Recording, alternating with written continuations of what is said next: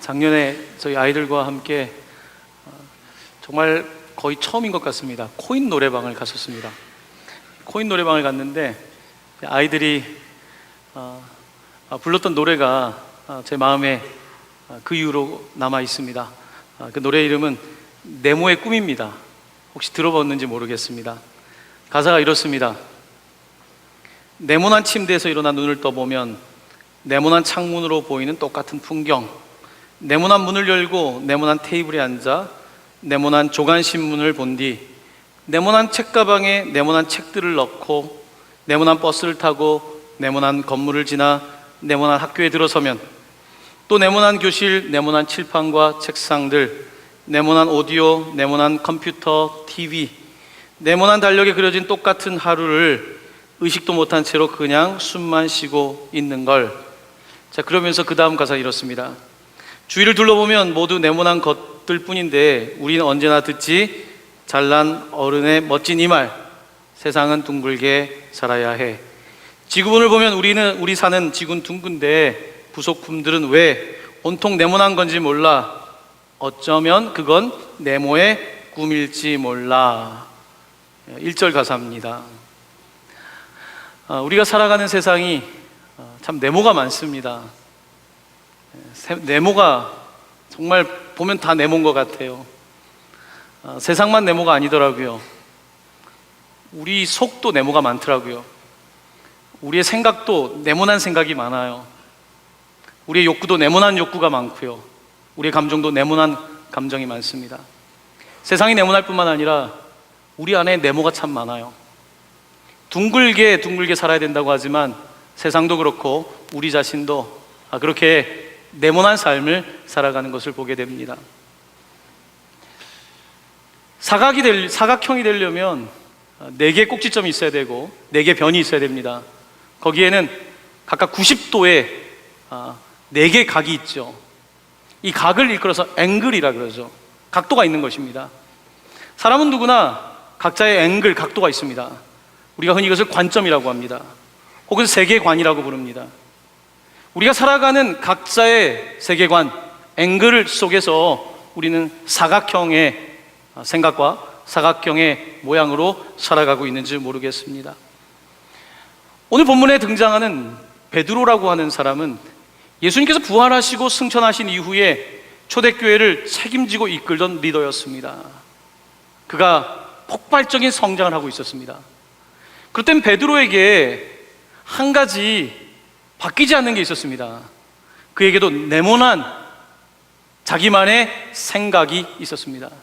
그는 어떤 네모난 생각을 가지고 있었을까요? 자, 오늘 본문에 의하면 베드로가 정오 12시에 기도를 했다는 것입니다.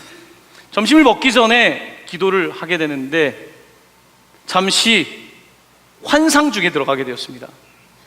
아마 비몽사몽간에 기도하면서 환상을 보았을지 모르겠습니다. 자, 그런데 하늘에서 네모난 보자기 같은 게 내려왔어요. 네모난 보자기가 하늘에서 내려오니까 얼마나 환상적입니까? 그런데 그 안에 있는 것을 보면서 베드로는 깜짝 놀라게 되었습니다. 그 안에 4발 가진 짐승과 기는 것과 나는 것들이 있는데 유대인들은 더럽다고 속되다고 말하는 것들이 그 안에 많이 있었습니다.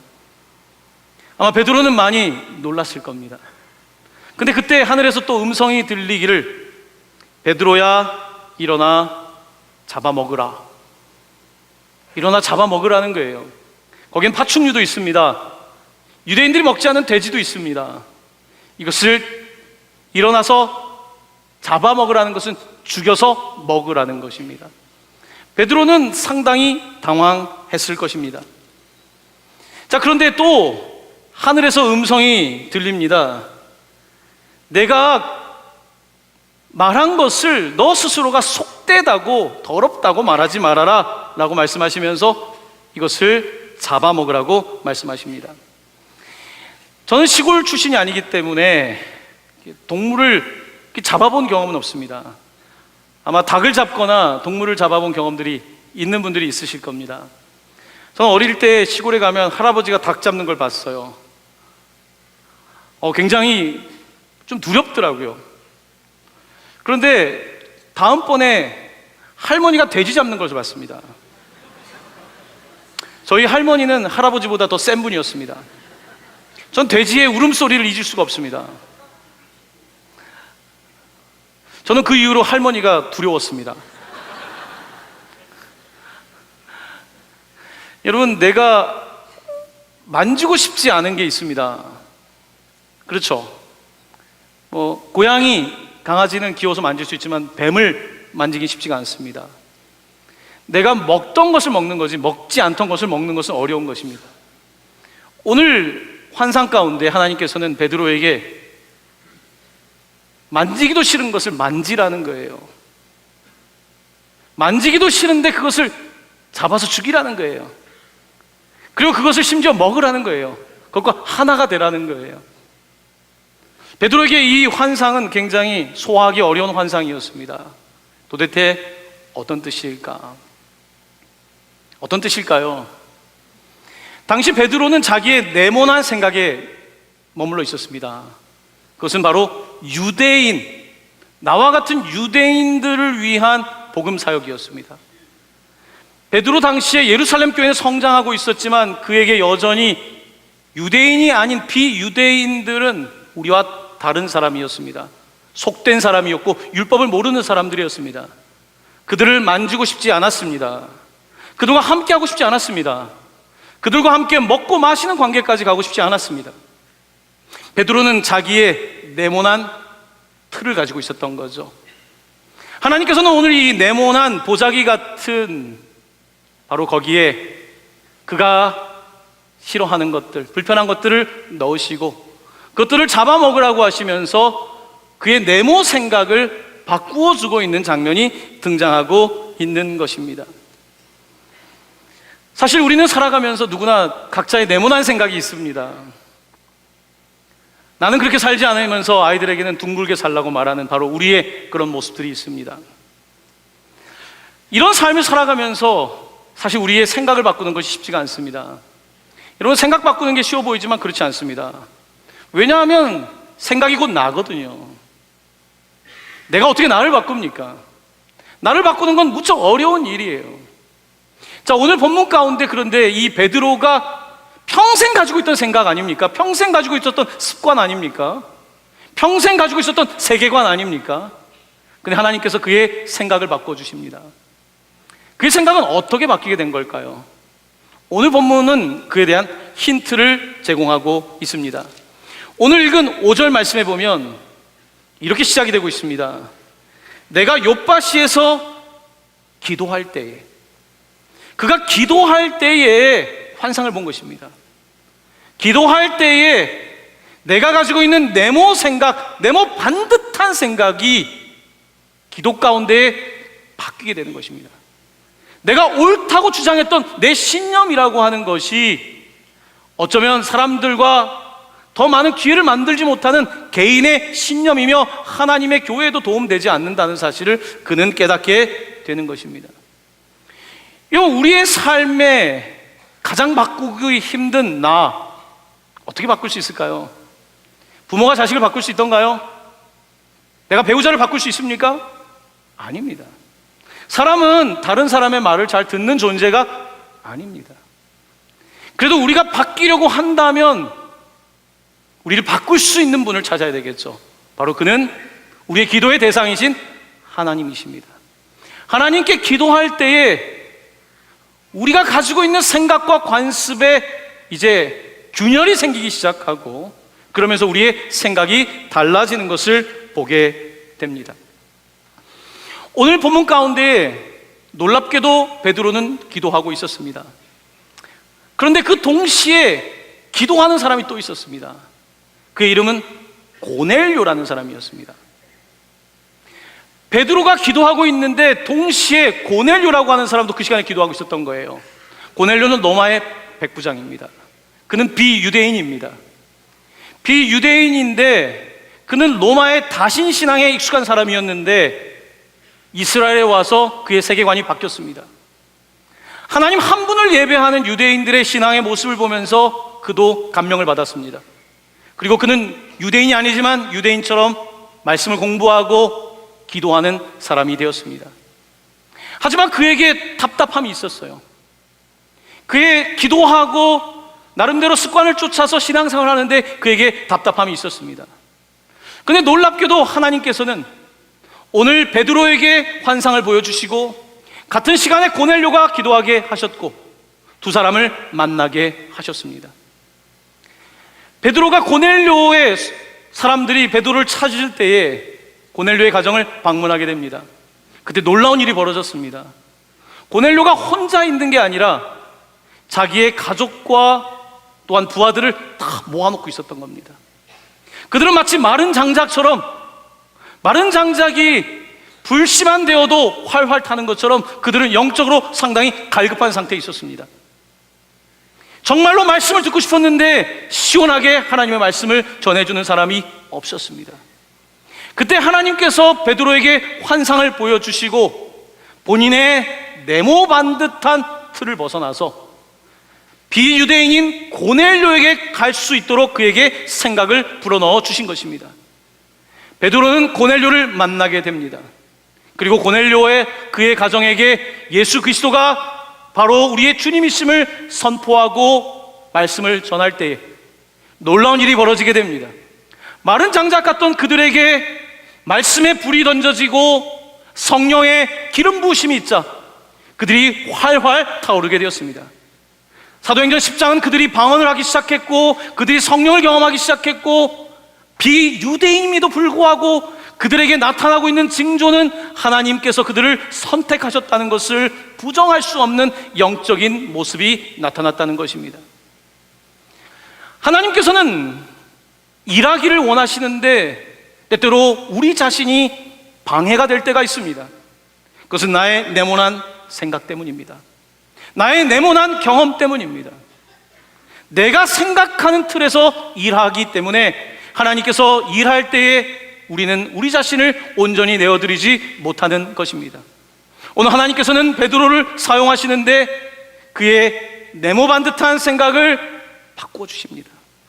그의 생각을 조금 더 동그랗게, 하나님이 바라보는 세상은 유대인들만의 각진 네모난 세상이 아니라 바로 비유대인에게도, 종들에게도, 모든 사람들에게 주시는 보편적 구원의 복음인 바로 이 복음의 문을 열어주시는 것입니다. 바로 교회를 향하여 네모난 교회가 아니라 동그란 교회로 오늘 사도행전 10장과 11장은 놀라운 전환의 역사를 일으켜주고 있는 것입니다. 우리는 신앙생활을 하면서 이렇게 하나님께서 우리를 사용하시려고 하는데 우리 자신의 생각에 가득 차 있을 때가 있습니다. 여러분, 내 생각으로 안 될 때에 우리가 해야 되는 것이 있습니다. 그것은 바로 기도입니다. 기도입니다. 우리가 지금 잊고 있는 건 기도예요. 왜 내가 지금 계속해서 벗어나지 못할까? 내 생각에 네모 반듯한 삶에 있기 때문일 것입니다. 기도할 때에 우리는 환상도 보게 되고, 기도할 때에 우리의 생각이 달라지게 되고, 기도할 때에 세계관이 확장되게 되고, 기도할 때에 하나님께서는 또한 용기를 주시건만 우리는 기도하는 것을 게을리 하는 것입니다. 왜 그럴까요? 기도해도 소용없다라고 하는 자신의 경험론이 있기 때문입니다. 기도해도 소용없다라고 하는 자신만의 그 생각에 갇혀 있기 때문에 기도의 능력을 체험하지 못하고 있는 것입니다. 한 번은 예수님의 제자들이 예수님이 계시지 않을 때에 귀신 들린 사람들이 찾아왔는데 그들에게 귀신을 내어쫓으려고 축사를 하고 있었습니다. 아마 안수도 하고 안찰도 했는지 모르겠습니다. 난리가 났습니다. 하지만 귀신들이 꼼짝도 하지 않습니다. 제자들은 당황했습니다. 예수님께서 오셨을 때, 예수님께서 그들의 기도하실 때에 귀신이 떠나갑니다. 그들이 따로 있을 때 예수님께 묻습니다. 왜 예수님, 우리는 안 됩니까? 예수님께서 뭐라고 답변하셨습니까? 마가복음 9장 29절 화면에 있는 이 말씀 우리 함께 한 목소리로 봉독합니다. 기도 외에 다른 것으로는 이런 종류가 나갈 수 없느니라. 아멘. 기도 외에는 이런 종류가 없다는 것입니다. 내가 나를 바꾼다, 나의 쉐입, 나의 모양을 바꾼다. 여러분 40년, 50년, 60년 산 나만의 틀을 어떻게 바꿉니까? 여러분 아이들도 이미 형성된 자아를 어떻게 바꿉니까? 사람이 자기를 바꾼다는 것은 환상에 지나지 않습니다. 하지만 기도할 때에 베드로는 그에게 있었던 깊은 신념인 유대인의 신념조차 바꾸게 됩니다. 그리고 그가 하나님의 사역에 놀랍게 쓰임받는 것을 보게 되는 것입니다. 성경에 보면 에스더라고 하는 왕비의 이야기가 있습니다.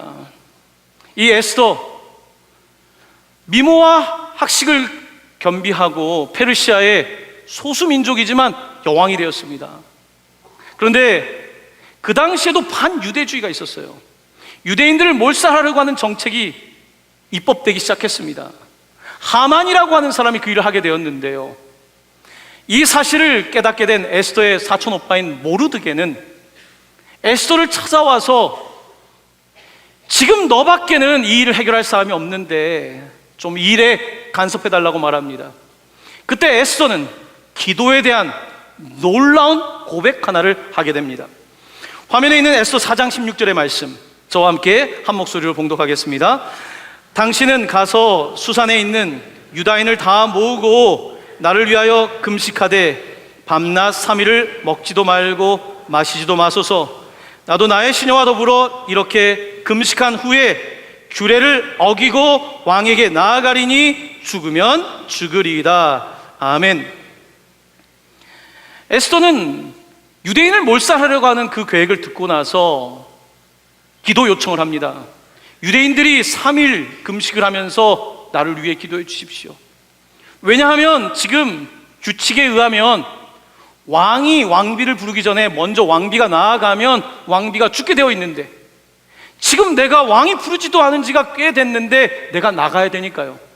하지만 오늘 에스더는 여러분과 제가 함께 기도한 이후에 규칙을 어기겠다는 거예요. 죽으면 죽겠다고, 나아가겠다고 그는 선언하고 있습니다. 기도가 네모난 생각을 바꿔주는 겁니다. 법적으로는 안 되는 거예요. 왕에게 나아갈 수 없습니다. 하지만 기도하는 중에 이 네모난 이 법을 넘는 초법적인 방법을 통해서 에스더가 왕에게 나아가게 되고, 죽으면 죽으리라고 하는 그녀의 믿음을 통하여서 오히려 유대인들이 더 살아나게 되는 역사를 경험한 것을 보게 되는 것입니다. 저는 기도의 능력을 믿습니다.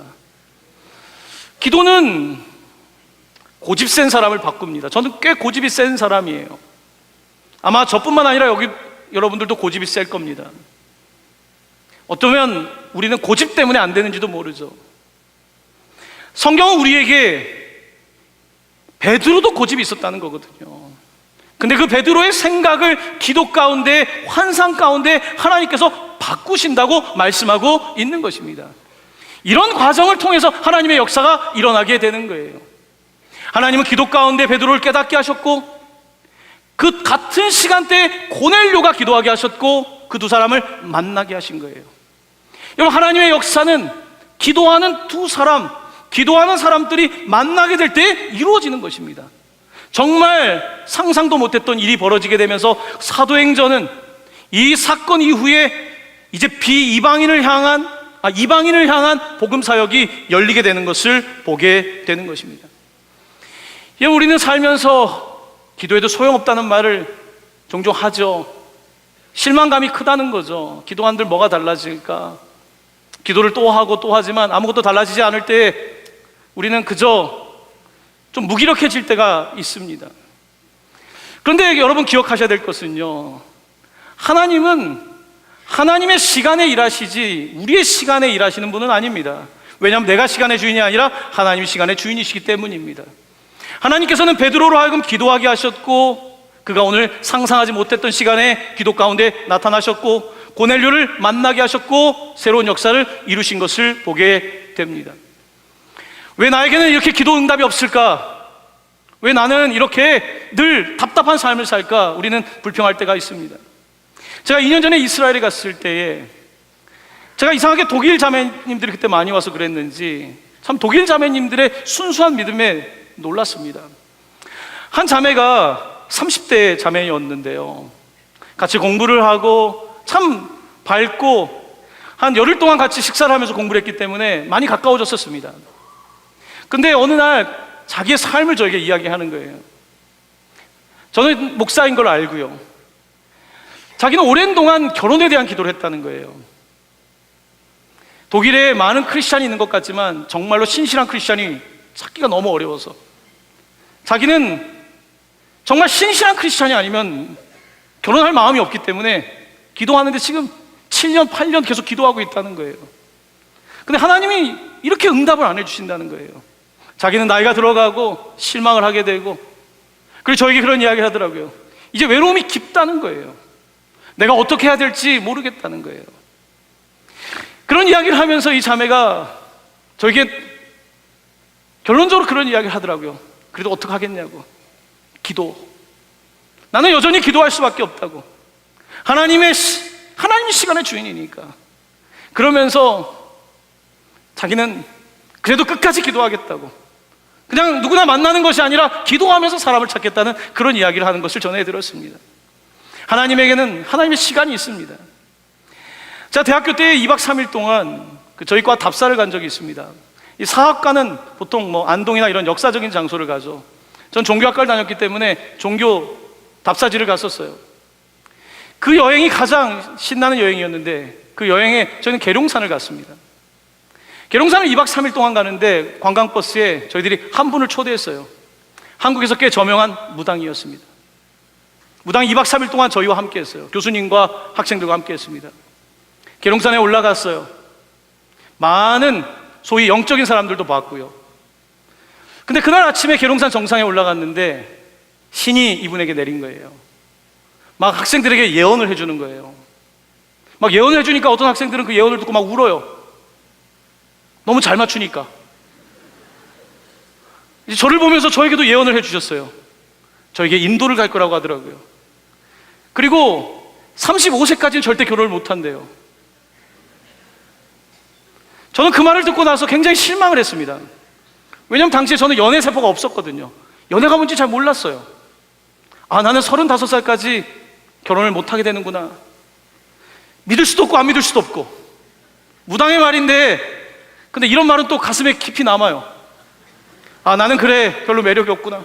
난 35살까지 혼자 살아야지.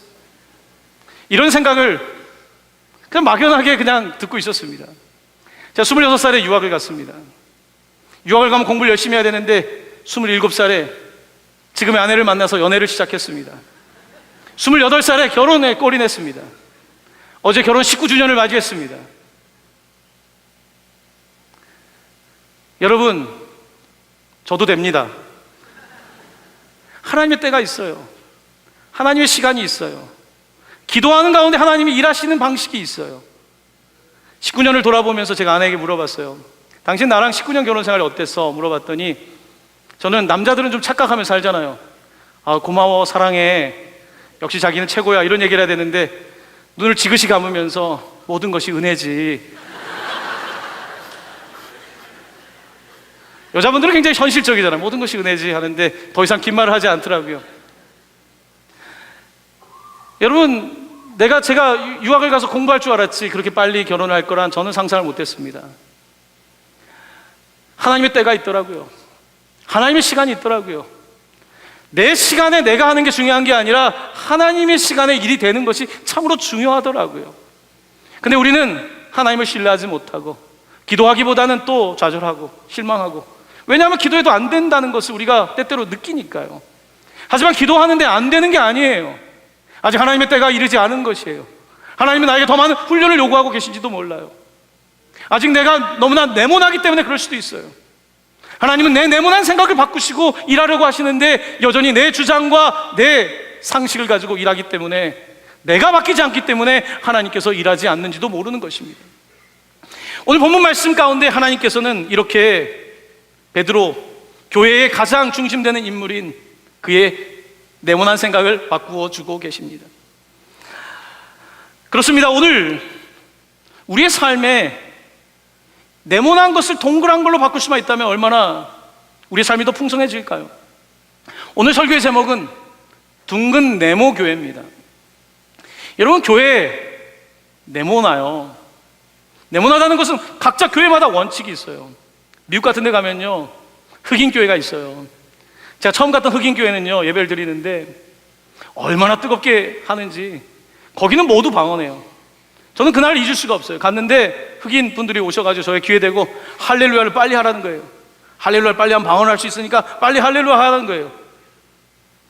우리도 한번 해볼까요? 할렐루야를 빨리 하는 것이, 방언을 받기 위해서 할렐루야 빨리 할 필요가 있습니까? 전 동의하지는 않습니다. 그런 교회도 있는 거예요. 옆에 교회 가면 완전 백인 교회예요. 방문했는데 아무도 저에게 인사해 주지 않았어요. 저는 그 교회에서 차가움을 느꼈어요. 여러분, 어떤 교회는 가보면 다 자기만의 전통이 있어요. 한국에도 이런 교회 저런 교회가 있어요. 교회들이 점점 네모나게 되는 거죠. 우리의 원칙, 우리의 전통, 우리라고 하는 그 틀에 가두어져서 정말 우리가 해야 될 일들을 생각하지 못하는 교회가 되어가는 것을 보게 됩니다. 네모난 교회인 거죠. 오늘 하나님께서는 리더에게 하나님의 생각을 불어넣어 주십니다. 리더가 네모난 생각에 머물러 있다면 어떻게 그 공동체가 새로운 미래를 향하여 나아갈 수 있겠습니까? 하나님은 베드로에게 네모난 생각이 아니라 동그란 세상을, 하나님 창조하신 이 동그란 세상을 바라볼 수 있도록 그를 사용하고 계시는 것입니다. 오늘 우리의 교회도 어떤 면에서는 점점 각이 만들어지고 있어요. 끼리끼리 모이기 시작하고 내가 하는 것이 맞다라고 주장하고, 우리도 나도 모르게 지난 40여 년의 전통을 통해서 네모난 모양이 되어갈 수 있다는 것입니다. 우리가 네모난 교회가 되어가면 어떤 일이 벌어지는지 아십니까? 다른 사람들이 들어오질 못해요.